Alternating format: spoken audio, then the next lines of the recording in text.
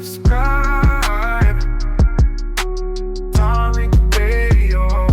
Like and subscribe. Those who are here committing crimes, robberies, shooting at police officers, raping innocent people, have been a harm to our country. I want to sit down and hear the plan on how we're going to address them. Those are the people I am talking about, and I would love to sit down with the Board of Czar and hear his thoughts on how we're going to address those who are harming our citizens. You're open to that?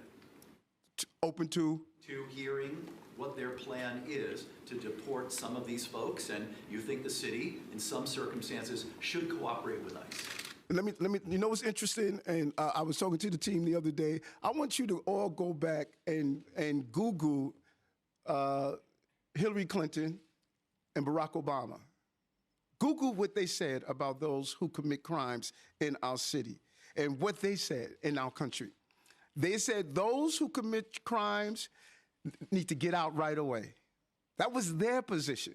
So this is not a new position, because in the state of in the era of cancel culture, no one's afraid to be honest about the truth. Well, cancel me, because I'm going to protect the people of this city. And if you come into this country, in this city, and think you're going to harm innocent New Yorkers and innocent migrants and asylum seekers, this is not the mayor you want to be in the city under.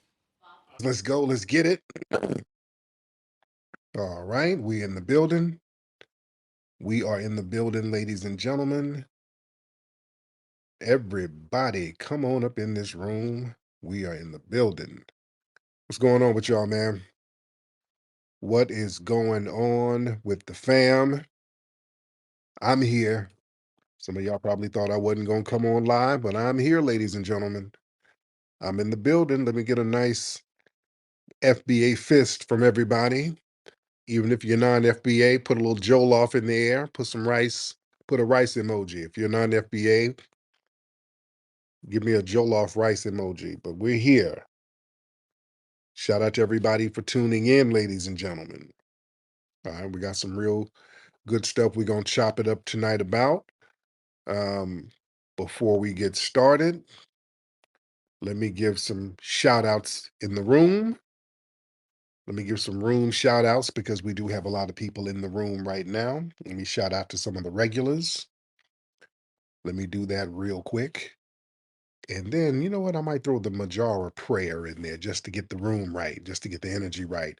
But let me shout out some of the people in the room. I got to do that. Some of the regulars. You got to give the regulars some love. Let me scroll down. I see a lot of new faces. Shout out to some of the new people in here, but let me shout out the regulars, the ones who are here almost every night. Let's see, Just Me in the building, Renee in the building,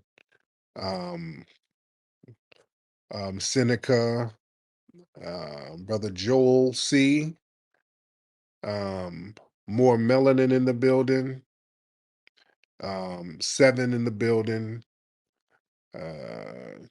Nick in the building. Let's see, Ani Asaru in the building, Brother Marak, Ellie 206. Who's this brother here? Let me see. Hoodoo in the building, Nikki the God, of course, Sophia in the building, Israelite, and Diavion. All right. Man, we got a lot to talk about. But you know what? Before we get started, let me give the Majara prayer real quick so I can get the energy right in the room. Let me do the Majara prayer. We got 400 people within the first 30 seconds, so it's looking good. It's gonna be a lot of people in the building tonight. So let me give a quick Majara prayer so that we can have the room right. Everybody, bow your virtual heads. We're going to give the FBA Majara prayer. Most High, Creator of all, we honor the Majara spirit within us. Our ancestral power flows through our veins, guiding us with wisdom and strength. May we walk with the grace of our ancestors, those who have come before us and honor their sacrifices. Let the energy of Majara protect us from harm, uplift our spirits, and guide us towards our true purpose. With every step, may we embrace the sacred power within, the spirit that has carried us through trials and tribulations. We ask for clarity, strength, and peace as we live with purpose, rooted in our divine heritage. Through the Majara spirit, we are connected, we are whole, we are powerful. Everybody give me an amen, ladies and gentlemen. Amen. Yes, indeed. I feel the energy. I feel the spirit. A lot of we got to talk about it. I want y'all to chime in on this. Eric Adams in New York. Mayor Eric Adams. He did a press conference earlier talking about the migrant situation in New York. Now, Eric Adams, for those who don't know, he's a Democrat mayor. For a long time, he was towing the line for the Democrats, um, using New York as a semi-sanctuary city, really stumping hard for the immigrants, doing his bidding for the Democrats, talking about providing resources for all of the illegals and yada, yada, yada. So he was doing that. He was playing his position. A lot of us on the grassroots were very critical of him for doing that, and others. And while he toed the line for the Democrats flipped on him, did some kind of weird investigation and put him under charges. They put some charges on him, some fraud charges or whatever. They do the I'm white and I say so. So the Democrats turned on him, which is what they do to a lot of black elected officials. They use them as sacrificial lambs. So, they turned on him while he was in office, put charges on him while he was a still sitting mayor. So now he's kind of flipping on the Democrats. He said earlier that when Trump and his folks come through rounding up the illegals, he's gonna help them. He's down with it. He wants them up out of there. All of the illegals who's committing crimes, it's time to go. So he done a 360, a 180 rather. He's done a 180. He's turned, and I personally think yes, that's a good thing. Yes, he flipped on the Democrats, and I love it. And I know he's playing politics. I understand what it is. Sounds like, he's trying to get in good with the Trump administration so they can possibly give him a pardon later on down the line, which is cool. Let's play the game. Play the game. That's what politics are about, playing that game. But I'm personally glad he flipped. The Democrats, man, are so damn devious. They've been doing devious ass stuff to us, foundational Black Americans, for way too long. And we've sat here still being loyal to them, which we don't need to be. The Democrats, they have done foundational Black Americans dirty, ladies and gentlemen. And we just have to admit that. A lot of us don't want to admit that because we like to keep voting out of loyalty. Remember, Puffy was towing the line for the Democrats. All that vote or die stuff, that was for the Democrats. Diddy was towing the line for the Democrats for the longest. They flipped on him and, they put them charges on him. These were like Democratic folks putting these charges on Diddy. So we got to understand how devious these people are. They've always done stuff like that. These folks ain't got no loyalty to us. I want us to understand that part of the game, man. We've given way too much leeway to the Democrats, and they have been just not just benign neglecting us, but they've just been mean spirited. They've been very abusive towards us, and we don't have to go for that. Let me get Average Black in the building because I want people to chime in on this. Average, hop in, brother. Average, hop in. Yes, sir. You know what? You brought up something I press I, request because I'm like, you bring oh, up a I good can't hear point. you. I can't hear you, brother. Oh, you can't hear me? Now we can hear you. We can hear you now. Go ahead. Oh, beautiful. You brought up a great point, so I hopped in because, it's amazing. They can come up with charges against, their own people, basically. They can come up with charges with Puffy, somebody who's a giant like that. Hell, Eric Adams is a Democratic mayor. They come up with charges, but for some reason, they can't seem to hold police accountable. They Right. can't seem to hold people in democratically ran cities, can't hold these cats accountable. I mean, and everybody's a Democrat up on down, city council, mayor, all of that. They can't seemingly hold these cats accountable, but they can do it to a mayor. So, and then also too, something you brought up, I thought about with the Democrats. These cats are trying to undermine Black Americans who've been incredibly loyal and replace us. Why would you replace a loyal voter base? And piss them off. Why would you do that? That's really strategically ignorant. But yet they continually go with that full board. That lets you see just how devious and white supremacist their leanings is to try to get rid of us simply because they don't want to give something to Black Americans. I land my plane there. Thank you. And Average reminded me of something too. Biden, did y'all know that on his way out the door, they announced that they got some type of financial initiative for Latino, from Hispanic institutions. They got some for that. They got some resources for that. Also, Biden, they're talking about giving some resources over in Africa, talking about doing some kind of investing in Africa. So they're just going out the door saying, hey, F y'all all the way. Y'all made us lose, so we're gonna really rub in the damn disdain that we have for y'all over there.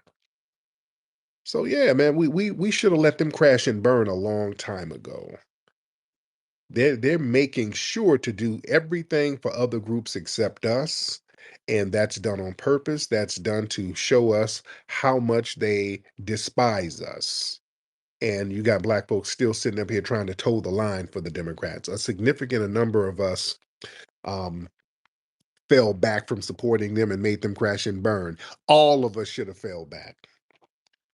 You know what I'm saying? All of us should have fell back. There's nothing good about the Democrats at this juncture. There's nothing good about them. Aeronomic. Well, no, let me get Kimla Black. Kimla Black was making noise over here. Kimla, what's happening? Yeah, how you doing, man? Thanks for having me. I'll make it real quick. I totally agree. I mean, I used to live in New York, and I totally agree. I think Mayor Adams, I agree what he's doing. I think he's going to be fine. He's doing what's best for him. You have to ditch the Democrats. The Democrats are pretty much satanic, and I really, really hope he gets pardoned by Trump. I just want to ask you another question. Have you seen the Netflix TV show Madness? Everyone is talking about it. So what do you think about it? I haven't heard. I've seen it. What's it about? It's about the black guy Domingo, the very popular black artist. It has to be about some FBI. It's a heavy black cast. Okay. I don't You think. know what? I gotta see. I don't tell me the plot because I heard Okay, I won't do that. about it, so I've heard kind of mixed reviews. I'm gonna watch it and then give my assessment on it because you're the second person who asked me about that. So I'm gonna look into the show. And that's another thing. The Domingo guy, that actor, he's non-FBA, and if you notice, a lot of these films that have black cast, they're going out of their way. I mean, just blatantly going out of their way to hire non-FBA actors and actresses. That's done by design.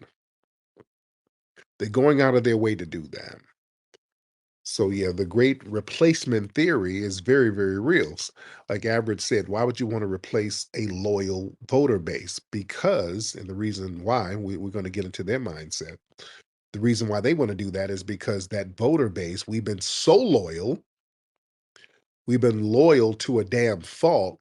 And the Democrats understand sooner or later, they're going to want something for that loyalty, which is true. Sooner or later, they knew what was going to go down. Sooner or later, they're like, wait a minute, these Negroes, this benign neglect thing we've been doing on their asses, that can only last so long. That's going to run out. And we're going to try to replace as many of them as we can before they start saying, hey, wait a minute, before they start waking up saying, hey, wait a minute. We need to get something. We've been way too loyal, way too long, and you guys are prioritizing everybody and everything over us. So it's now time to prioritize us. And now they just crash out, which is good. Crash the hell on out. This has to be a new norm where we specifically stomp for tangibles for our ethnic group, ladies and gentlemen. That has to be the new norm. Let's get aeronomics in the building. Aeronomics. Oh, hey, what's up? Thanks for letting me speak. I was just gonna say, I think it's important that people know like what the literal charges for Eric Adams are and like how BS they are compared to like what all these other politicians are doing. So he literally, I think, was like charged with taking like hundreds of thousands, like $100,000 of gifts over like a 10-year period, Right. which like you can interpret that in many ways. Like, oh, you went out to dinner with somebody, that's a gift. You know, some of those dinners in New York can be very expensive. And you compare that to like Nancy Pelosi has literally been insider trading hundreds of millions of dollars she's doing, and not nothing for her. And so it's like it just shows you how dirty the Democrats are. And that's all I gotta say. Yeah, man, very good point. They pull the old "I'm white and I say so" when it comes to black people they want to charge. Black people do something, you do something like just go on a business lunch, and they say, "Oop, that was a bribe, actually. That wasn't no business lunch." So when a lot of our people are being attacked by the dominant society, even if we have somewhat some disagreements with them, I really don't co-sign that. Even with the Diddy thing, to be honest, with the Diddy thing, I'm not co-signing that stuff that they're doing to Diddy because nobody can really specify what exactly Diddy did that was illegal. They're being very vague about everything. They can't specify what, to this day, nobody has actually said what Diddy did that was actually illegal. They just throw out these words that can be misinterpreted or reinterpreted. They just say, well, it was trafficking. What do you mean trafficking? Trafficking is when you are um, getting people and forcing them into selling sex and you're getting the profits from that. Diddy wasn't doing that. So what do you mean trafficking? You know what I'm saying? So we can't co-sign everything that these people say because they'll get certain laws and then I'm white and I say so the laws and then bastardize the laws, and that's not no real justice. I can't co-sign that because they'll use it on all of us, especially with the law that they're using for Diddy. That law was designed specifically for black men. That Man Act that they're putting on Diddy, that's the Man Act that they have on Diddy. They use that on R. Kelly too. That law was used. It was basically an "I'm white and I say so" law. That was used to get Jack Johnson because Jack Johnson was making all that money and had all them white women choosing up on him. So he took some white women or white woman across state lines, and they were like, "Oops, that's now a crime. You took a person across state lines for immoral purposes." That can be reinterpreted or misinterpreted a million different ways. You see? So we can't co-sign everything. Let's get RH R Hamp. Hello? Yes, ma'am. How are you? How are you, Tariq? Good. What's going on, beloved? Oh my gosh, I am up right now. I had to listen. It's a work night for me. I gotta be at work at 6 o'clock in the morning. But anyway, I am hearing your broadcast. Love you, brother. I've been following you for about 15 years. Love it. So I really love you. You're a great guy. But anyway, I wanted to say with Eric Adams, what the hell is what's his name doing in Chicago? I don't understand why Brandon Johnson ain't following the same lead as Eric Adams. Yeah. So you know what I mean? So at the end of the day, Brandon Johnson is going to take a main fall from the Democratic Party. They're going to turn their back on him, and then he's going to be the one holding. It's just ridiculous. Yeah. I have family in Chicago, and they're talking about him. They say he said they have their meetings, but he just ignore them, just stares at them, Wow. won't interact with them. They argue with him at their city council. He just won't say nothing, just stares at them like he's a never mind. I ain't gonna say the word with the R word, but Oh, he's just ridiculous. yeah. And the people up there in Chicago, they are going to those city council meetings clowning the hell out of that dude, man. They can't stand him. They clown him, and he's just sitting up there going against the will of the people, and they're just not going for it. We got our Chicago brother in here, Jamal Green. Jamal, what's up, brother? What's up, man? How you doing? How you doing? I'm good, man. What's going on out there in Chi-Town, brother? Man, once I heard Brandon Johnson name, I'm like, man, let me tell y'all what's really going on. Yeah. Uh, Brandon Johnson, they actually just moved forward a poll to show that he has a 14% approval rating last week. And, it is due to what he has done, with the migrant crisis. And I think that people got to know Brandon Johnson is not from Chicago. He is from Elgin, and he is also, he's also Haitian as well. Oh, And I didn't know yeah, that. I, yeah. oh, hmm that explains a lot. Explains a lot. So, I think that, he's really catching a lot of heat because he has not stood up one time against the federal government, against Biden, against any of the things that's going on. He has always had his arms open saying, we can make this happen. And when you look at the money that has flowed, we spent a little over 400 million in city dollars, not including the state and the feds. And when you look at the money that has flowed, almost 300 million went to one company, one Florida-based company called Favorite Staffing. Hmm. And this company got almost 300 million, solely one company. And you wonder why. You look up and you say, man, all of the people and all the companies in Chicago and all the, that we went and got an outside company and we gave them 300 million by themselves to manage the shelters and to feed them and take care of them and to transport them and things of that sort. And trust and believe, if we look a little bit closer, you'll see a lot of that money that's been given is moving around to other places behind the scenes. And so he catching heat for it, and he's done. He'll never be elected mayor again. And Eric Adams was on this same pathway. You know Yep, this, he Tariq. was. And until they came after him, Right. Right. And then he you flipped. know, He and flipped. then he flipped because he's trying to get this pardon, So now, now he's thinking about himself right now. Now he's like, oh, he did the press conference today. He went in on this administration. Yes. Never before. Now all of a sudden he's like, oh, look at what they've done to New York in this administration. Wow. Now he needs this pardon from Trump. He was just at the boxing match, the UFC match, with Trump, whispering in his ear because Trump probably promised him this as long as he go ahead and make that flip. And Yeah. that's essentially what's happening with Eric Adams. Yes, indeed. My man, thank you so much, brother. Appreciate that. Hey, thank you. Good talking to you. Talk in a minute. Yeah, Brandon Johnson. I didn't know the dude was Haitian. That's interesting. That is interesting. Let's get Bree Media in here. Bree Media.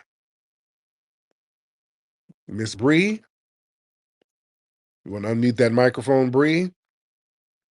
All right. While we're waiting on Bree, let's get the Tethernator. Let's get the Tethernator in the building.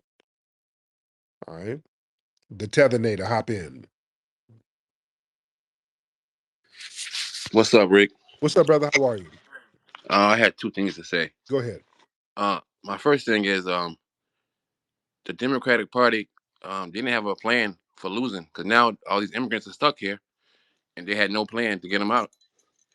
And my second thing is now all these immigrants are French now, just we stuff. Yeah. They all friends Yeah. with FBAs. It's just so funny. And I'll land there. Yeah. Thank you so much. Yeah, it's about to get very, very interesting. It's about to get very interesting, man, in January. I cannot wait to January roll around. And people are getting some damn act right. But Eric Adams, man, he flipped, and he should have flipped on the Democrats, man. Listen, the Democrats, they've been bad news for a long time. And we're seeing now a lot of these damn near mafioso tactics the Democrats are using against us, the black grassroots. They've been very hostile and very violent towards us. Um, if you guys notice, there's every day there's about 10 rooms where you got these anonymous people, these randoms just making weird videos about me personally. These are people sent by the Democrats. This is what the Democrats do. They do these Cointelpro Gestapo tactics where they try to whip us in shape and whip us in line and get these people to use these harassment types of tactics to disparage certain people who can influence the outcome of elections. And we got to understand these tactics by the Democrats. They've been doing this to Black society. When we think about the Cointelpro program that people know about from the 60s, it goes back further than that. It just got exposed in the 60s and 70s. That's when it was exposed. But the tactics go back a while.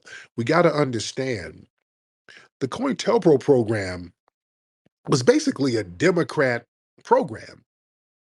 They were using a lot of Democrat institutions to implement COINTELPRO. I want y'all to understand that. That wasn't really a right wing thing because Black people were already on alert with the right wingers. The Democrats were using different COINTELPRO tactics. They were because they needed the trust of the community. You understand? That's why back in the 60s, Malcolm was warning us about how devious the liberals were. The white supremacist liberals, he said they're the worst ones because they're wolves in sheep's clothing. So they sneak up on you, you don't even know they're there until it's too late. So a lot of those COINTELPRO tactics, it was being funneled and done through so-called Democrats or liberal organizations like the NAACP. And at the same time, the FBI and the CIA, they were creating these fake Pan-African groups that were supposed to be all left-wing and liberal, but they were really spying on Black society and the Black community. So the Democrats, they were the ones really implementing a lot of the COINTELPRO tactics on us, doing surveillance, monitoring everybody. And the reason why they were doing that, it was a couple of reasons. Number one, um, they wanted to kind of let white society know that they were still team white supremacy because all of those rapid changes were going down in the 60s. Black people were fighting for their rights. Um, the fair housing laws had to be passed because Black people were taken to the streets. So they said, okay, we got to let white people know, white society, some of those Southern whites, we got to let them know that, hey, we'll still do what we need to do to keep these niggers in line. We'll still keep them in line. Don't worry about it. And also, they were terrified about the rise of prominent Black people. Even in the COINTELPRO papers, it talks about they have to stop the rise of a Black messiah, meaning a real grassroots Black leader. Any Black person who had real leadership skills independent of the dominant corporate society, they knew that that would be somewhat of a threat. You understand?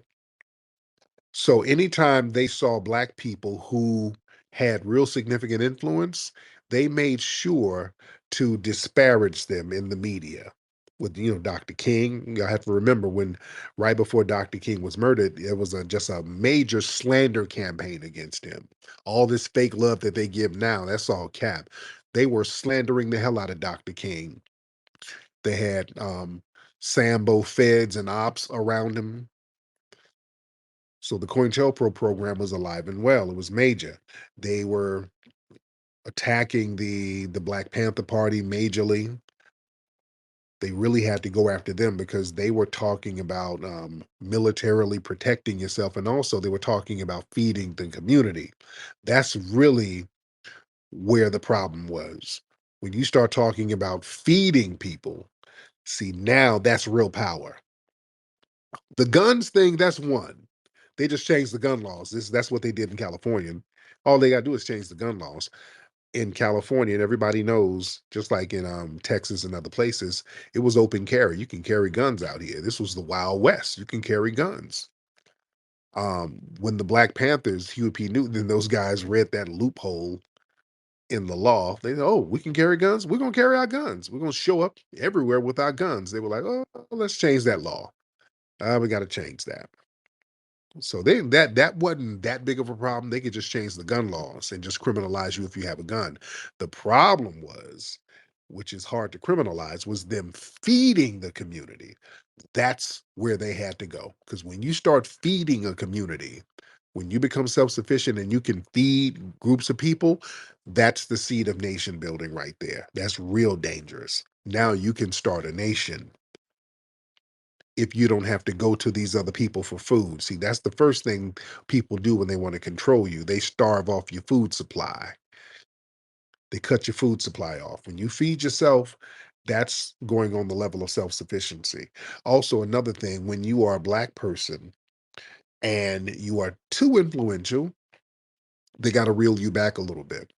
Um, when Dr. King was killed, there's an infamous situation where James Brown was performing in Boston and there were going to be riots. Boston was going to turn up, like most of the cities around the country. The cities were turning up around the country. They called it Hell Week right after Dr. King was killed. 7 days after Dr. King was killed, they had to pass the final Civil Rights Act of 1968. It was passed 7 days after King was killed. They were forced to do it because Black people were turning up so heavy. But in Boston, there were about to be riots, and James Brown was doing a concert. The mayor of Boston, went to James Brown and said, we need you to come on through and talk to the community. And I think they did a live stream or televised the concert so that people would go and stay off the streets. So James basically calmed the city down. James did the concert, people went to see James, and he calmed everything down in the city. Now, that was a good thing, but here's the problem. This is how the dominant society looked at it. This is what they said. Look, if a person can stop a riot, you can also start one. So they started kind of monitoring James Brown. Right after that, um, the media kind of flipped on James Brown a little bit and kind of disparaged him to Black society because James Brown took some photos with Richard Nixon, who was a hardcore right winger, and the media kind of played that up, and that turned a lot of Black people off, which is what that was part of the Cointelpro plan. You discredit a prominent Black person among his Black base. And for a long time, Black society was kind of looking at James Brown funny style. A lot of folks don't really know that.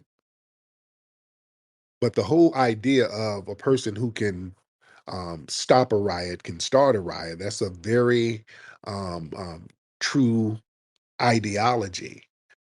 Even now, when they see some of us on the grassroots, when we do things like organize rallies and thousands of people show up acting peaceful, the dominant society, they look at that and they say, okay, if these people can come out and be peaceful, these same people can organize a rally where the folks are not peaceful. So these people could be a potential threat. So we now have to discredit them among their base. This is why you see people in these random spaces always trying to discredit me. You always see these people in these spaces. Notice these people, sometimes y'all go in these spaces and you're confused. Like, what are y'all saying? What kind of irrational nonsense is this? These are ops, man.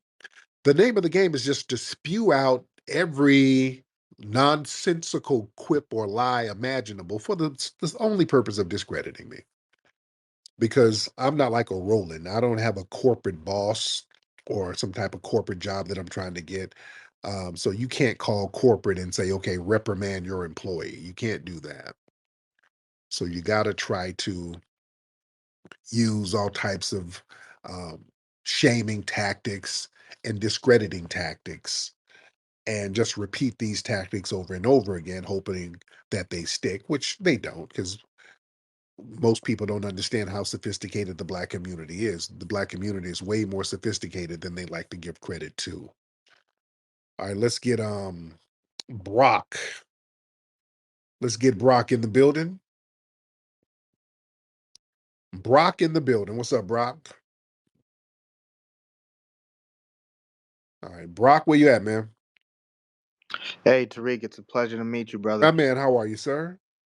I'm good. I'm good. I've been listening to your spaces for a while. This is the first time we've had the opportunity to speak, so appreciate the opportunity to grace the stage. And I actually wanted to come up here because what you were talking about in terms of Black people who, once they gain a certain amount of influence, they have to get reeled back. That happened to me. I was a software entrepreneur and I had one of the fastest growing applications. And at some point, these controllers reached out and they wanted to bring me in and all this shit. And I really wasn't with it. So, I experienced that in my industry. And I came to see the bigger picture that, all these influencers are controlled and they've been steering our community into this agenda that absolutely does not benefit us. Yeah. And so we have this real lack of leadership from the top down. We have a lack of honesty. And most importantly, we have no organization. And so, with that said, I really commend you for what you're doing. And I want to do the best I can to support what you're doing and also just to encourage other people to find a way that we can organize and get it together because now is the time. Yes, sir, man. Thank you so much, brother. But yeah, when you start, Black people, when we start inventing certain things, this is why they have to, whenever we invent something, well, they run and try to take over it.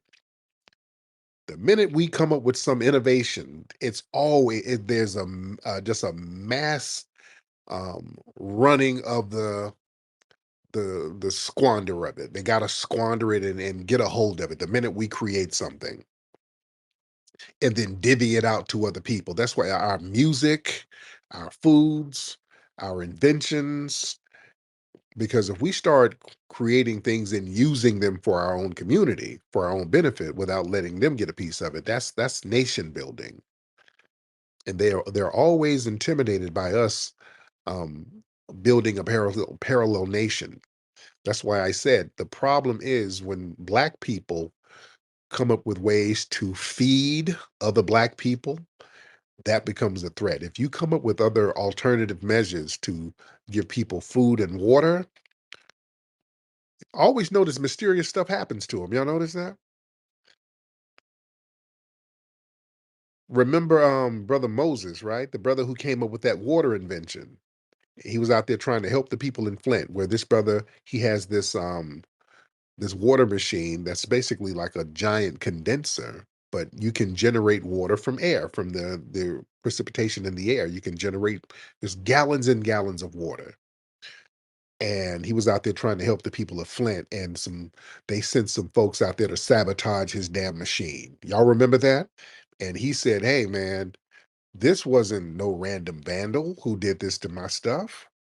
This was somebody who had engineering experience. They knew exactly what to target to disable my machine. This wasn't random at all. Somebody knew what the hell they were doing." That's what he said.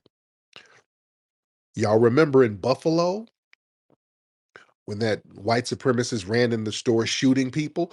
That white supremacist was targeting somebody. He was really targeting the security guard. All of that whole over the top racist stuff, I think that was a smokescreen. The shooter in Buffalo was in there targeting that security guard because the shooter had cased out the place. If you're going to do a random shooting, what the hell are you casing it out for? Remember, that Buffalo shooter cased out the place for a while. He just kept casing the place out. What are you casing out a place that you're just going to do a random shooting in? You're casing it out to see somebody that you want to target. There was a security guard there, a brother who came up with a water invention. You understand what I'm saying? And then some of y'all might know about this. The brother came up with this water invention to use water as fuel. The minute we start coming up with stuff like that, all of a sudden some random freak accident coincidentally happens. So yeah, the smoke screen is, oh, it was just a random crazed white supremacist. Now, again, going back to Buffalo, because a lot of folks don't remember. I remember all this stuff. When they were talking about the Buffalo shooter, that white supremacist, they said that he was corresponding on the dark web or one of these little apps. He was corresponding with somebody from the FBI before the shooting. And then y'all never heard anything else about that. They said that shooter was contacting and corresponding with somebody from the damn FBI. I want y'all to Google that and look that up. And then the media never said anything else about it. They never mentioned it again. They just did the whole lone wolf thing. They do that with the white shooters. They always do the lone wolf. They never tie them into any groups, even though we know what groups they're a part of. We can sit here and show you all of the organizations and the groups and the websites these guys belong to and the little sleeper cells that they have online, but law enforcement never knows how to do that. Even with Amber Geiger down there in Dallas when she shot Botham Jean, what that looked like was some type of initiation. That looked like some type of initiation for some police white supremacist group. They got these little initiation tactics where in order to get in these little white supremacist cliques within law enforcement, you got to kill a black person, just like the skinheads and all of that stuff. You get higher ranks if you kill a black person. And Amber Geiger, I pointed out some stuff. They took off her social media. I pointed out she was with one of her relatives, and her relative, he was a dude. He was throwing up a white supremacist hand signal, and he was wearing some of the gear that a lot of the Aryans and the white supremacists wear, like the black shoes and the white laces. A lot of this stuff folks don't even catch. We break all of this down. This white over black narrative, and a lot of white supremacists will have black shoes, white laces. It's a certain look that they have, and that's by design. That's not coincidental. So it's real deep out here. We don't know the beginnings of rap, because as long as our music has been recording, people have been rapping. The disco DJs separated themselves from us. We were the next generation coming up with this thing, and they were like, what's this little hippity hop thing? The first time I heard somebody spit a 16 over a break beat was probably Melly Mel. The Melly Mel sound that you hear today, I got that sound from Hollywood. I was doing this same form of entertainment long before it had a name. A lot of the gangs were fading out by the time hip-hop came in. A lot of those gangs turned into crews. As far as influencing hip-hop, I saw no Puerto Rican or Jamaican influences whatsoever. I started breakdancing in the 70s. When rap and hip hop was all black, it was negative. Now that it became a big phenomenon and corporately acceptable, now there's this need to take foundational black Americans out of the creation of it and give it away to other people. And it's important for us to set the record straight.